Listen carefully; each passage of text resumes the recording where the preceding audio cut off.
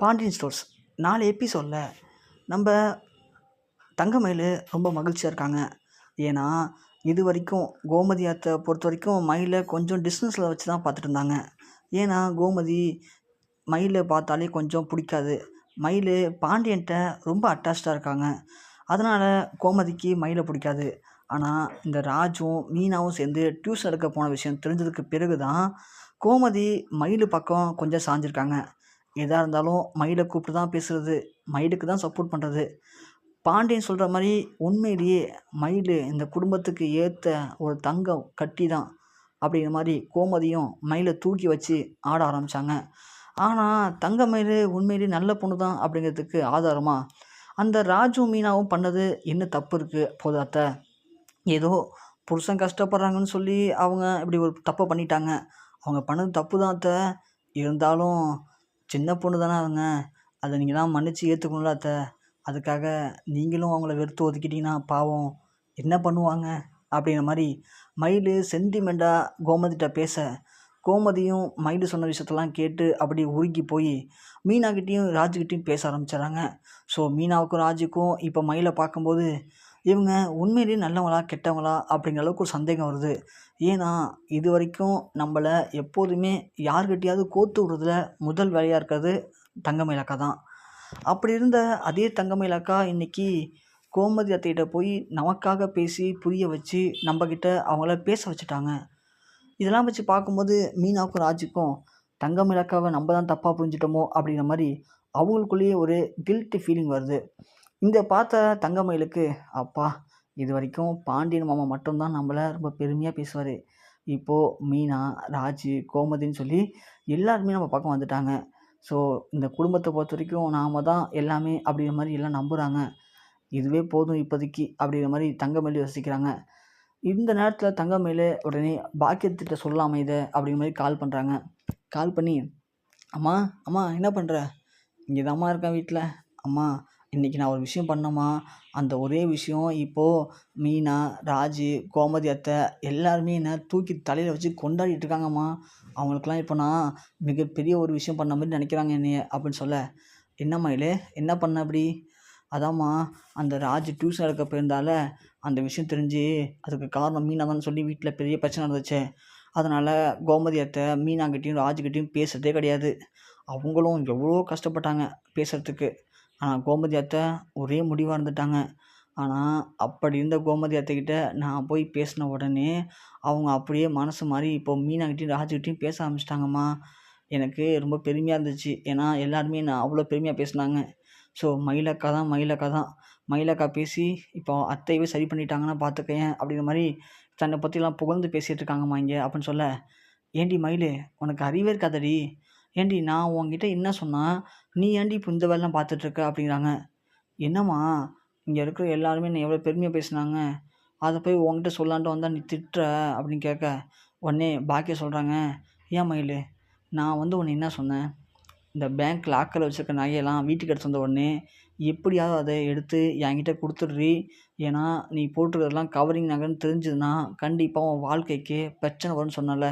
நீ அந்த வேலையை விட்டுட்டு இப்போது தேவையில்லாத வேலையை பார்த்துட்டு இருக்கிய மயில். ஏம்மா இது என்னம்மா தேவையில்லாத வேலை? இப்போ நான் சேர்த்து வச்சனால எல்லாம் எவ்வளோ பெருமையாக நினைக்கிறாங்க. இதுவும் நல்லது தானம்மா அப்படின்னு சொல்ல, எதுடி நல்லது?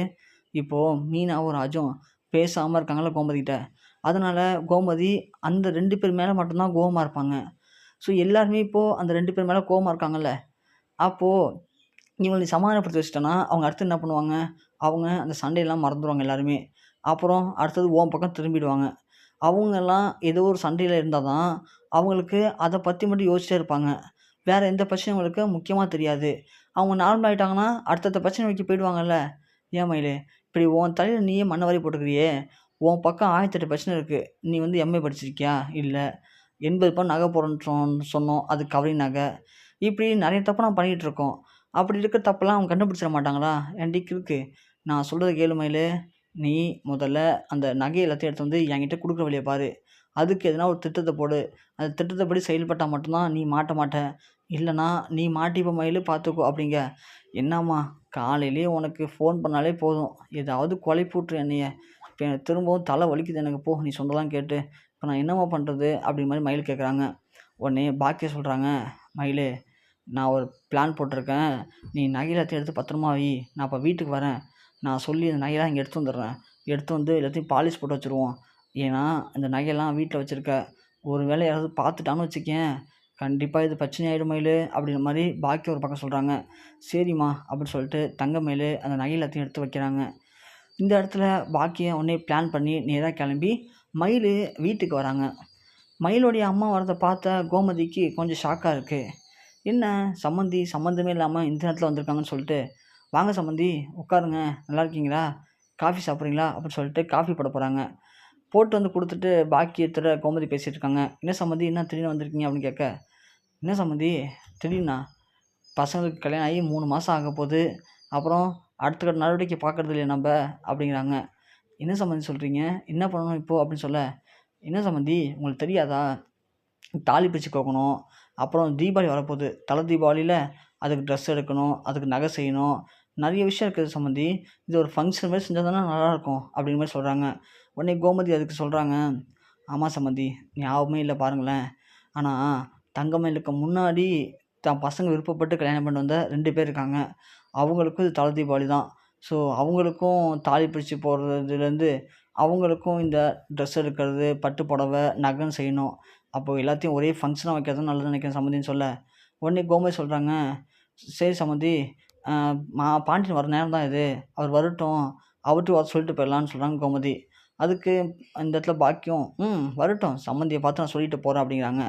உடனே கோமதி கேட்குறாங்க, ஏன் சம்மந்தி இப்போது 3 பேரையும் வச்சு ஒன்றா நடத்துகிறது தானே சம்மந்தி கரெக்டாக இருக்கும் அப்படின்னு சொல்ல, அதுக்கு பாக்கியம், இல்லை இல்லை மயிலுக்கு ஃபஸ்ட்டு நீங்கள் பண்ணிவிடுங்க கிராண்டாக, அதுக்கப்புறமா இந்த மீனா ராஜுக்கெல்லாம் நீங்கள் தனியாக பண்ணிக்கிங்க அப்படின்னு சொல்ல, மீனாக்கும் ராஜுக்கும் செம்ம கடுப்பாகுது. என்ன எதுக்கு எடுத்தாலும் அவங்க மயிலே வசதியாக பேசிகிட்டு இருக்காங்க, இப்போ நம்மளாம் இங்கே வேஸ்ட்டா, அத்தை என்ன சொல்கிறான்னு பார்ப்போம் அப்படிங்க. இங்கே கோமதி ஒன்று, அப்படிங்க சம்மந்தி இருக்கட்டும் சம்மந்தி, அவர் வர நேரம் தான், அவர் வரட்டும் பேசிக்கலான்னு சொல்கிறாங்க. பேசிகிட்டு இருக்கும்போதே இங்கே பாண்டியன் சாப்பிட வீட்டுக்கு வராரு.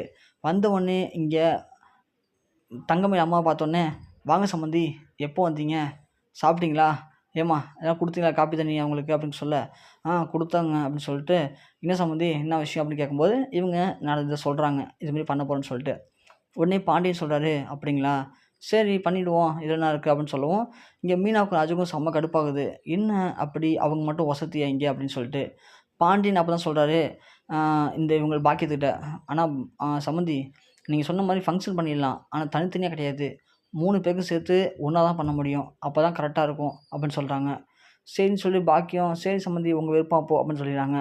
உடனே பாக்கியம் சொல்கிறாங்க, ஏய் தங்கமயில் லாக்கல் நகை வச்சுருக்குன்னு சொன்னால, அதெல்லாம் போய் எடுத்து வந்துடு, எடுத்து வந்துட்டு ஃபங்க்ஷன் அன்றைக்கி எல்லா நகையும் நீ போட்டுக்கணும், நம்ம சொந்தக்காரங்க எல்லோரும் வருவாங்க, வரும்போது நீ அப்படியே தங்க மாதிரி ஜொலிக்கணும் அப்படின்னு சொல்கிறாங்க. உடனே அதுக்கு கோமதி சொல்கிறாங்க, இல்லை சம்மந்தி நகைலாம் வீட்டில் தான் இருக்குது, அதெல்லாம் ஃபங்க்ஷன் அன்றைக்கி மயிலுக்கு எல்லாத்தையும் போட்டு அழகு பார்த்துருவோம் அப்படின்னு சொல்கிறாங்க. சரி சம்மந்தி சரி சம்மந்தி நான் ஒரு வேலையாக வந்தேன் இங்கே, சரி அப்படியே இதை பார்த்து சொல்லிட்டு தான் வந்தேன், பாப்போம் சம்மந்தி அப்புறமா வரேன் நான் அப்படின்னு சொல்லிட்டு பாக்கி கிளம்பிடுறாங்க. கிளம்ப உடனே மயிலும் நகை எல்லாத்தையும் எடுத்து பேக் பண்ணுற மாதிரி அங்கே இருக்க நகை எல்லாத்தையும் எடுத்து பேக்கில் வச்சிட்ருக்காங்க. அப்போதைக்கு அரசி பார்த்துட்றாங்க. அரசி பார்த்துட்டு, ஐயோ அண்ணி என்ன உங்கள் காசு மணிலாம் கருத்து போயிருக்கு அப்படின்னு சொல்ல, இல்லை அரசி அது கருத்து போகலை, இது புது ஆன்டி மாடல் இது, ஸோ இது வந்து ரொம்ப ரேர் கலெக்ஷனு, அது கருத்து போன மாதிரி தெரியும், அது ஒரு டிசைன் அரசி அப்படிங்கிற மாதிரி சொல்லி சமாளித்து நகை எடுத்துகிட்டு போகிறாங்க. போன உடனே இங்கே மயிலுக்கு கால் பண்ணுறாங்க பாக்கியத்துக்கு, ஏம்மா என்னம்மா நீ பாட்டுக்கு இதை ஃபங்க்ஷனுக்குன்னு சொல்கிற, அதெல்லாம் காசு என்ன பண்ணுறது அப்படிங்கிற மாதிரி பேச, நீ நகையை வாங்கிட்டு போய் சொல்லிட்டு தான் இங்கே வந்த, ஆனால் நீ இப்போ தேவை வேலை பார்த்துட்ருக்கேம்மான்னு இங்கே தங்கமயில் கேட்குறாங்க. அடி கூறுக்கட்ட வேலை, வந்த உடனே நகையெல்லாம் வாங்கிட்டு வந்துட்டானா சந்தேகம் வராது அவங்களுக்கு, அதனால தான் இப்படி ஒரு சாக்கை சொல்லி அவங்கள சமாளித்து வந்திருக்கேன் அப்படிங்கிற மாதிரி அந்த இடத்துல பாக்கியம் சொல்கிறாங்க.